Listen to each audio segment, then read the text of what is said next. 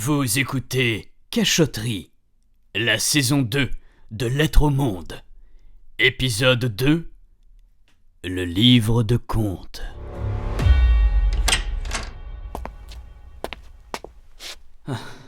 J'ai bien fait de m'octroyer une nuit de sommeil avant d'entrer dans cette maudite pièce.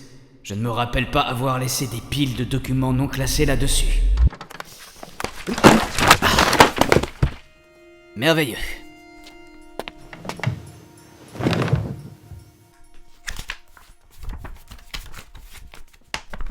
Je ne sais pas par quel miracle, mais apparemment, les comptes sont à jour.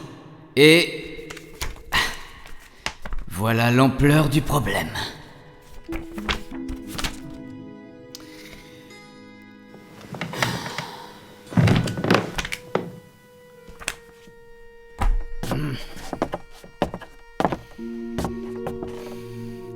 Cavin!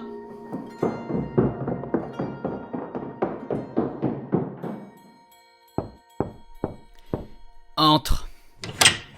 Écoute, je peux tout expliquer, tout ça est très simple, tu vois, parce que tu n'étais pas là et moi j'étais ici, mais le vrai problème, ce ne sont pas les décisions que j'ai prises, mais plutôt celles que je n'ai pas prises. Ce que tu essaies de m'expliquer, c'est que toutes les croûtes que tu as achetées depuis mon départ n'ont rien à voir avec le gouffre financier dans lequel on est sur le point de tomber. Ou bien que depuis le décès de notre mère, tu ne t'es pas du tout occupé des investissements familiaux comme je t'avais expressément demandé de le faire et qui auraient pu limiter la casse. Organiser les funérailles et prendre la relève sans toi n'a pas été simple. D'ailleurs, Maître Absolam m'a dit que j'avais fait du bon travail. Évidemment, compte tenu de tout ce qui s'est passé et de ton incompétence crasse, je suis sûr qu'il est en train de contempler le château qu'il pourra s'offrir grâce à nos déboires. Et je t'avais dit que tu pouvais m'écrire si tu avais des questions. Je n'aurais pas eu assez de papier pour toutes te les poser. Heureusement que ce notaire que tu détestes tant était là, oui.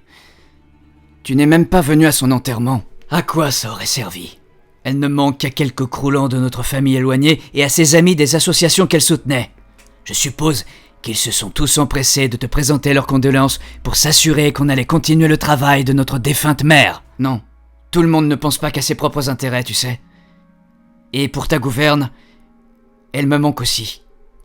Taliska et Ottilie étaient effondrées. Ce sont des femmes, c'est leur nature. Elles ne sont que sentiments et ne savent pas prendre des décisions toutes seules.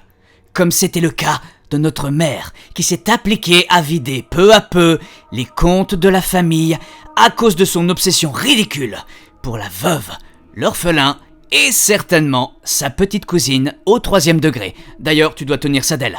Ta philanthropie maladive pour tous ces crasseux qui étalent de la peinture sur leur bout de carton a tout d'une lubie de femme. Il ne s'agit pas d'une lubie, mais d'investissement.